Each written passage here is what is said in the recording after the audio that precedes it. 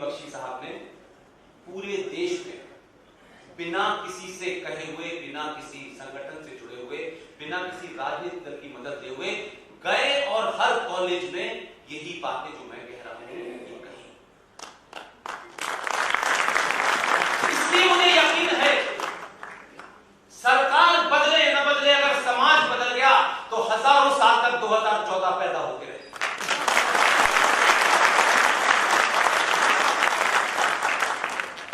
इसमें समाज को बदलना, समाज को बदलने के लिए कोई नए किस्म का लिबास नहीं पहनाना है। उसके पुरुषार्थ को जगा दीजिए, उसके इतिहास को बता दीजिए, उसकी संस्कृति क्या है ये बता दीजिए। ये समाज अपने आप तय कर लेगा कहां जाना है। इसलिए 2014 से पहले आप राजनीति के सेंटर में थे ही नहीं। किसी ने यादव के साथ कोई कॉम्बिनेशन बनाया, किसी ने दलितों के साथ बनाया, किसी ने ब्राह्मणों के साथ बनाया, किसी ने ठाकुर, और बिहार में तो गजब ही हो गया। वहां उन्होंने कहा महादलित, एक और लाइट रुकी। मुझे लगा अब बचे नहीं था, सारे टुकड़े हो चुके। एक आदमी, एक राज, एक समाज ने जो 1947 में इस देश में गुजरात से एक आदमी को भेज करके जो गलती की थी, 2014 में उस राज ने उसका प्रायश्चित कर लिया।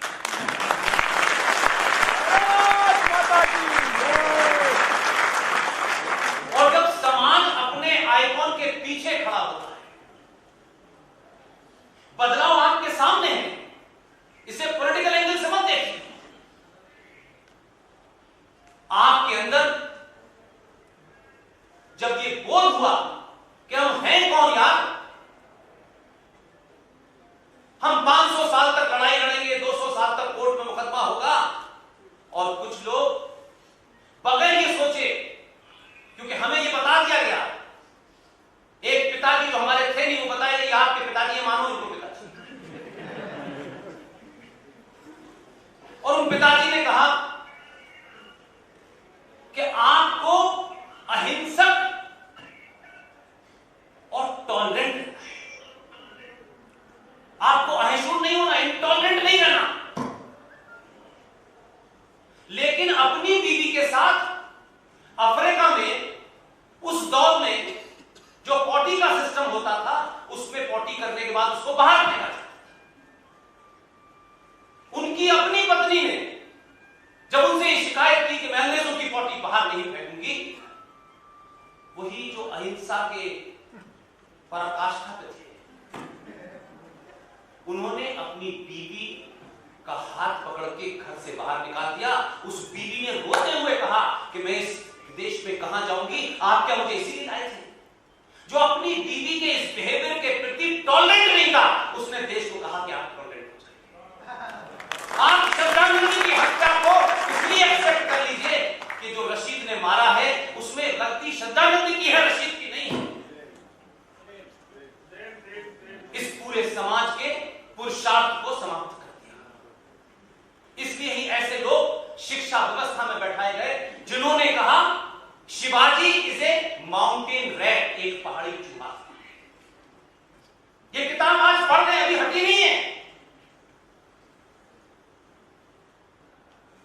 इसलिए किताबों के बदलाव से ज्यादा जरूरी है कि किताबों में क्या लिखा है छोड़ दीजिए, घर बदल दीजिए। तो जब आप माउंटेन रैट पढ़ेंगे तो आप शिवाजी की गाथा नहीं पढ़ सकते, आप सुभाष की गाथा नहीं पढ़ सकते। और उन्होंने तो इतना सख्त इंतजाम आपका करके गए हैं वो, कि जिस सुभाष के बारे में हम आज इतनी चर्चा हो रही है, जीडी बख्शी के नेतृत्व में अगर ये काम हम लोगों ने किया होता तो आईएनए क्या है, 3 लोग जीवित हैं अभी जो सुभाष बाबू के साथ, 3 लोग जीवित हैं। एक का 100 साल का भी जन्मदिन मनाया है और मुझे दिल्ली लौटने के बाद जाना है। सुभाष 1943 में भारत की आजादी की घोषणा करते हैं, करेंसी जारी करते हैं, बैंक जारी करते हैं, लेकिन आप सोचिए कि 47 पे पहुंच पाते उससे पहले सुभाष गायब। उस दौर के रशिया को सोचिए, यूएसएसआर कहा जाता था, आज तो वो 27 टुकड़ों में टूट गया। दुनिया के 9 देशों ने, सुभाष बाबू ने जब भारत की घोषणा की, प्रधानमंत्री की घोषणा की, तो दुनिया के 9 देशों ने, जिसमें यूएसएसआर जैसा ताकतवर देश था, आपको मान्यता दे दी थी।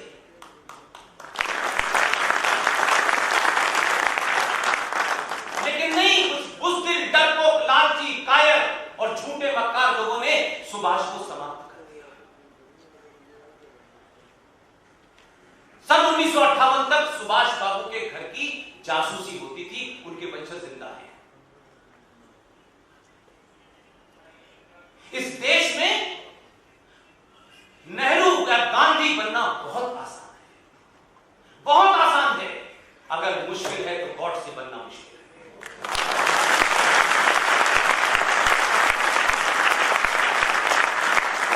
गॉड ने क्या किया, नहीं किया, वो एक अलग मामला था। उसने कोई जुर्म किया, उनको सजा हो गई, फांसी की मौत, मुझे उसमें कुछ नहीं कहना।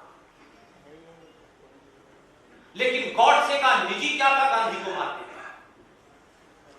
कौन से कारण थे जो गांधी को मारा? एक सभ्य समाज में किसी की हत्या जायज नहीं ठहराई जा सकती, इस बात से एग्री करता हूं। लेकिन अगर हत्या हो गई तो क्या इस समाज को नहीं था, यह था कि गॉडसे ने उसको क्यों मारा? क्या किसी मजहब के कारण मारा, निजी दुश्मनी के कारण मार दिया, ठीक है, घटना घट गई। लेकिन क्या इस देश में किसी ने पूछा कि वो कोर्ट में दिया हुआ बयान जो रिकॉर्डेड है वो गॉडसे का क्या है, तो बताओ, क्यों छुपाया गया? वो हत्याओं का सिलसिला जो लोग आज प्रधानमंत्री बनने के लिए जब तक एक बलि न चढ़ जाए तब तक उस परिवार का आदमी प्राइम मिनिस्टर बनते ही। सुभाष गए तो कौन बना में नाम, उनकी मृत्यु हुई तो बलि दी गई लाल बहादुर शास्त्री की, तब बेटी बनी। मां की बलि हुई तो बेटा बना, बेटे के बाद अब बलि देने के लिए कोई तैयारी नहीं। और आप बलि नहीं दे रहे इसलिए परिवार का आदमी बनने कोशिश तो की आपने कि राजेश पायलट की, जो भारत का गृह मंत्री हो, नेशनल हाईवे जयपुर में जाते में उसकी कार के परखच्चे उड़ जाए, पोस्टमार्टम नहीं हुआ, आज तक पता नहीं चला कि एक्सीडेंट कैसे हुआ। मेरे 5 साथी, पत्रकार साथी, जिन्हें मैं निजी तौर पे जानता था, नए प्लेन में माधवराव सिंधिया के साथ गए, वो उड़ गया हवा में, आज तक उसका पोस्टमार्टम नहीं हुआ, कोई रिपोर्ट नहीं आई। लेकिन वो भी काम नहीं आया, फिर भी नहीं बना।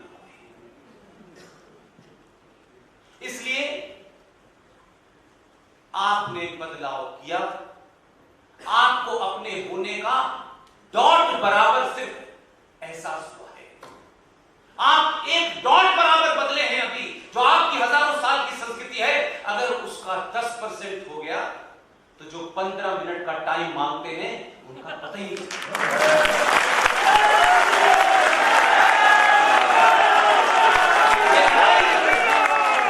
हथियारों की लड़ाई नहीं है, हथियार से कुछ लोगों की हत्या की जा सकती है, हथियार से किसी को डराया जा सकता है। इसलिए अपनी ताकत को पहचानिए और कुछ मत करिए।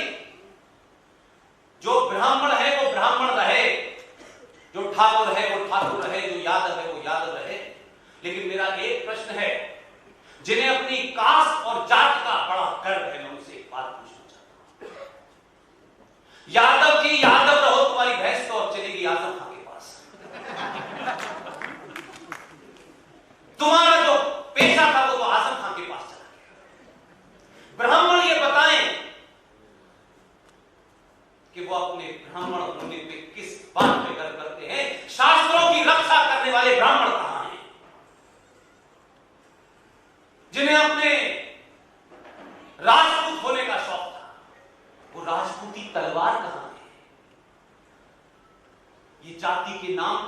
राजनीतिक सत्ता तक तो पहुंच सकते हैं, लेकिन क्या अपने शास्त्रों को बचा पा रहे हैं? क्या अपने मंदिरों की रक्षा कर पा रहे हैं? कहां है वो वीर लोग जिन्हें आप क्षत्रिय कहते हैं? वो क्षत्रिय रहे, लेकिन क्षत्रिय होने का धर्म तो निभाएं। इससे जाति बुरी चीज नहीं है, उसकी इंटरप्रिटेशन ऐसी की गई है, उसमें ऐसा लगता है कि जो जिस घर में पैदा हो गया वो उसकी जाति हो गई। ऐसा कोई नहीं। हर वो आदमी ब्राह्मण है जिसने अपनी इंद्रियों के ऊपर कंट्रोल कर लिया। जो ज्ञानी है वो ब्राह्मण है, वो किस घर में पैदा हुआ ये महत्वपूर्ण नहीं। आज भी तो हम कहते हैं ये पत्रकारों की बिरादरी है, ये डॉक्टरों की बिरादरी है, ये इंजीनियरों की बिरादरी है, कई सौ साल बाद ये भी कम्युनिटी बन जाएगी। जो व्यवस्था पूरी दुनिया में यानी फ्रेंच रेवोल्यूशन के बाद की भी जो व्यवस्था है उस सब फेल हो गई। जो आपकी गुरुकुल की प्रणाली थी उसका मैच आज तक नहीं हुआ। दुख है इस बात का। हजारों सामाजिक संगठन हैं, समाज बदलने की बात करते हैं, लेकिन इस आधुनिक भारत में सरस्वती गवर्नमेंट स्कूल खुला हुआ है और खोल के बड़े शान से बताते हैं। इसलिए जब तक किसी जमीनी चीज का आपको पता ना हो, कृपा करके जो लोग भी आज इस हॉल में बैठे हैं, कुछ जो बातें मेरी तथ्यात्मक लगे, रेफरेंसेस आपको ढूंढने हो, मैं वो भी दूंगा। इस सभा के सफल आयोजन का मेरे लिए एक ही मकसद है कि वो पहले कन्विंस हो कि मैं क्या कह रहा हूं। मेरी बात झूठ लगे तो आप मुझे चाहे फेसबुक पे हो, चाहे मेरे ईमेल पे हो, चाहे मेरे फोन पे हो, मुझे बताएं, मैं उसे सही करूंगा। लेकिन 5 लोगों को ये समझाए हम ये थे और यहां पहुंच गए, हम अनजाने में जहर खा रहे हैं और समझ रहे हैं कि हम बहुत बड़ी चीज खा रहे हैं। आपके देश में स्वच्छता अभियान चल रहा है। रोज सुबह सुबह आपके मोहल्ले में स्वच्छता अभियान वाला एक कैलाश खेर का गाना आ जाता है। हम सबको गंदगी से नफरत करनी चाहिए, उस गंदगी के प्रति हमें जीरो टॉलरेंस होनी चाहिए। लेकिन वो गंदगी है, कोई उठाएगा, ले जाएगा, समाप्त हो जाएगी। लेकिन इस समाज के अंदर बौद्धिक गंदगी